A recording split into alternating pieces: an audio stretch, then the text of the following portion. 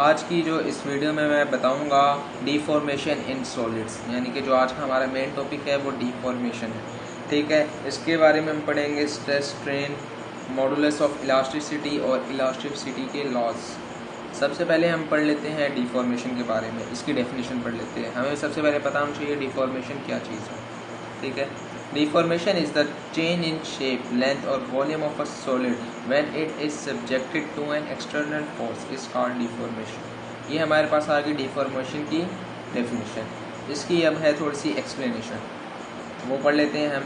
A solid has a definite shape and volume, possesses rigidity, cannot compress easily, has closely packed particles and cannot flow. In order to change the shape or size of a solid, a force is required। ठीक है, अब हम deformation की examples देख लेते हैं। इसकी कुछ एग्जांपल्स हैं। सबसे पहले है if we stress a spring by pulling its ends the length of spring increases. When we leave the ends of spring it regain its original shape and size. ये सबसे बेस्ट एग्जांपल है deformation की। ठीक है, एक और example हम देख लेते हैं। If we squeeze a rubber ball with our fingers we can see the deformation produced in it। यानी कि जो रबर बॉल है उसको हम ऐसे दबाएंगे, उसके अंदर हम डिफॉर्मेशन खुद ही फील करेंगे, देख सकेंगे हम। ठीक है, इसके बाद गाइस इसमें एक सबसे जो इम्पोर्टेंट SLO बेस्ड जो क्वेश्चन बनता है उसके बारे में मैं आपको बता देता हूँ। बहुत इंपॉर्टेंट क्वेश्चन है, क्वेश्चन भी आंसर भी मैं साथ बताऊँगा, आप नोट कर लेना। ठीक है, सबसे जो इम्पोर्टेंट क्वेश्चन है इसमें वो है what makes up moving parts of engine frictionless. ये क्वेश्चन है, इसका आंसर भी मैं बता देता हूँ। Due to its very low coefficient of friction and shine, Teflon an amorphous solid, Teflon जो कि एक एमोर्फस सॉलिड है, is used for coating the materials used in automobile industries and manufacturing। Teflon coating is used in high efficiency engines to reduce friction as it has a good efficiency even at higher temperatures। It also used in non-stick cooking utensils and moving parts of machines। बहुत इसका ये best answer है। ठीक है, ये आप note कर लेना, मैक्सिमम चांसेस हैं कि ये एग्ज़ाम में आ जाए। ठीक है, इसके बाद जो हमारा टॉपिक है वो है स्ट्रेस स्ट्रेन। इसके बाद टॉपिक है स्ट्रेस स्ट्रेन। इसकी हम डेफिनेशन पढ़ लेते हैं। दो डेफिनेशन है। पहली है the applied force per unit area, ये यानी कि इसका फॉर्मूला बन जाएगा stress is equal to force divided by area.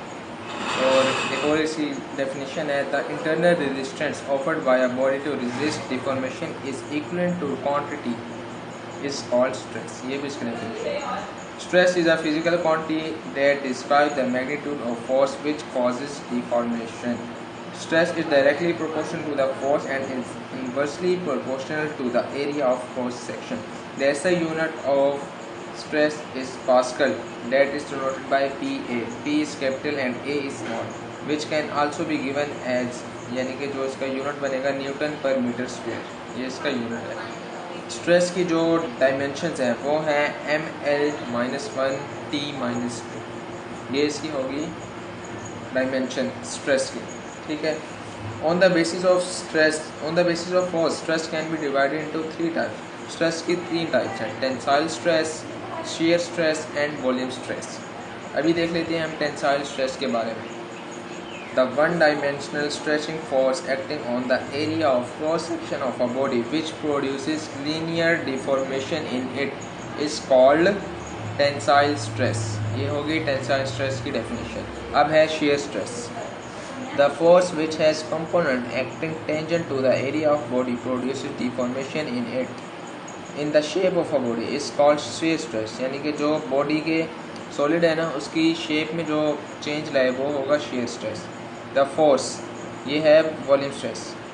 The force which acts from all dimensions on the area producing a deformation in the volume of a body is called volume stress. यानी कि कोई solid है उसकी अगर volume में change आ रहा है तो वो होगा वॉल्यूम स्ट्रेस। ठीक है, अब आता है स्ट्रेन। इसके बारे में हम पढ़ लेते हैं।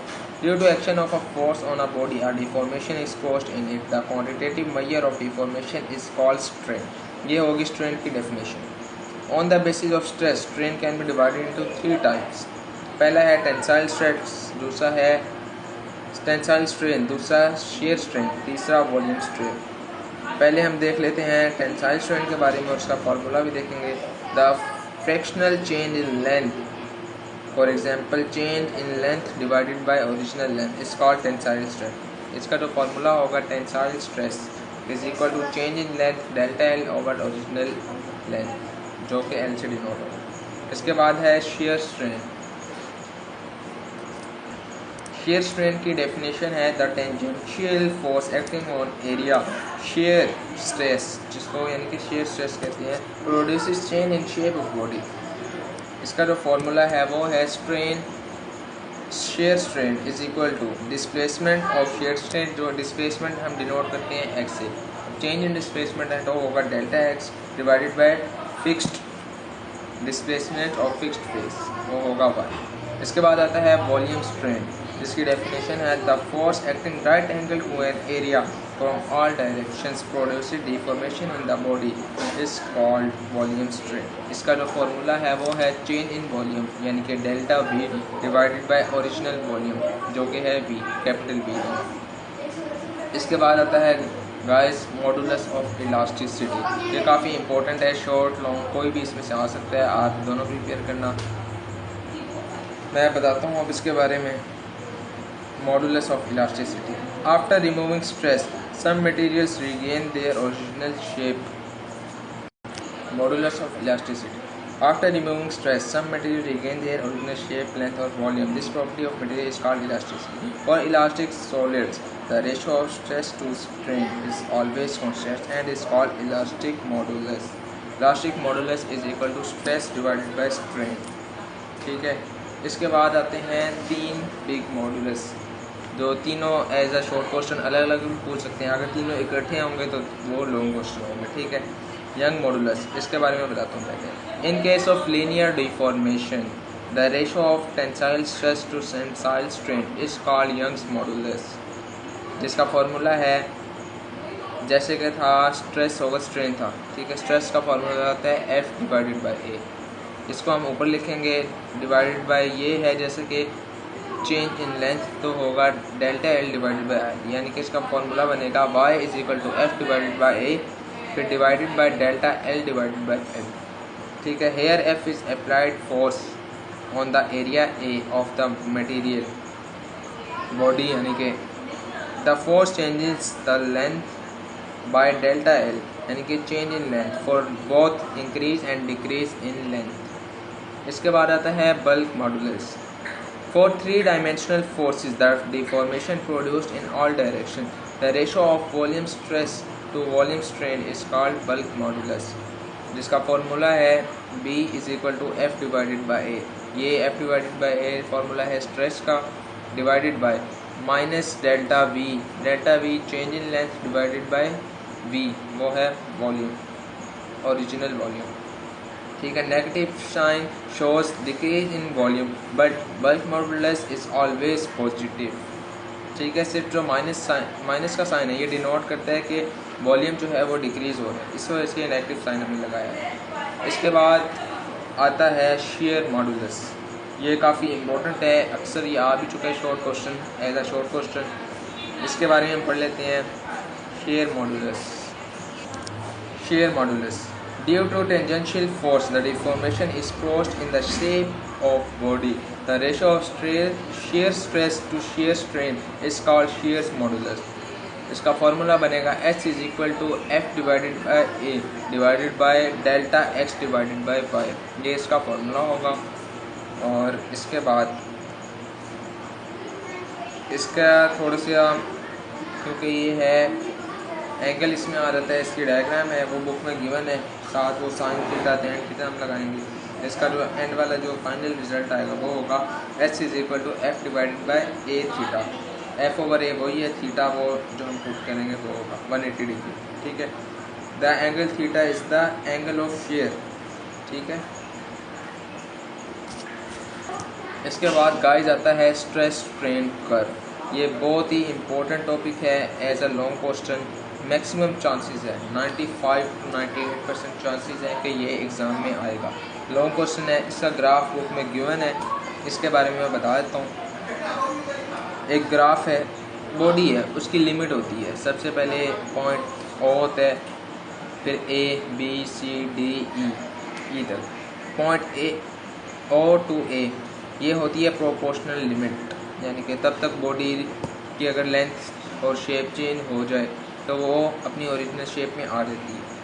पॉइंट बी होती है इलास्टिक लिमिट या यील्ड पॉइंट, यानी कि ये उसकी एंड लिमिट होती है कि बॉडी अपनी ओरिजिनल शेप में आएगी, कन्फर्म आएगी, ठीक है। इसके बाद पॉइंट सी जो है लोअर यील्ड पॉइंट। इसमें कुछ बॉडीज़ होती हैं जिनकी लिमिट होती है कि वो वापस अपनी ओरिजिनल शेप में आ जाएंगी, लेकिन कुछ बॉडीज़ होती हैं, सॉलिड्स होते हैं जिनका 100% नहीं होता कि वो अपनी ओरिजिनल शेप में वापस आएंगी या नहीं आएंगी। इसके बाद आता है पॉइंट डी जिसको कहते हैं ब्रेकिंग पॉइंट। इस पॉइंट पे अगर बॉडी पहुंच जाए तो वो ब्रेक हो जाती है, वो कभी अपनी ओरिजिनल शेप में वापस नहीं आ सकती, ठीक है। इसके बाद होता है ई पॉइंट जिसको कहते हैं फ्रैक्चर पॉइंट। इसमें तो 100% हो जाता है कि बॉडी फ्रैक्चर हो जाती है, अपनी शेप उसकी फुल चेंज हो जाती है ओरिजिनल शेप से, और ये होती है फ्रैक्चर पॉइंट। ये तो अभी मैंने दिया ओवरव्यू इसका, ठीक है। बाकी हर पॉइंट की एक्सप्लेनेशन है, हर पॉइंट को हम मेंशन करेंगे, उसकी एक्सप्लेनेशन देंगे। मैं थोड़ी एक्सप्लेनेशन इसकी बता देता हूँ, बाकी आप बुक से देख लीजिएगा, ठीक है। In the initial state of deformation, the stress increases linearly with the strain. This is shown by the portion OA in the graph. This portion has linear proportionality between stress and strain and obeys Hooke's law. In this region, if the stress is applied, remove the body regains its original shape. Point A is called the proportional limit corresponding to stress and defined as the greatest stress which a material can endure without losing straight line proportionality between stress and strain. ये हो गया, हमने point A के बारे में बात करी, ठीक है। इसके बाद after crossing point A the region is shown by point AB in the graph where straight line proportionally between stress and strain ends, but still if stress is removed the body will regain its original shape. How?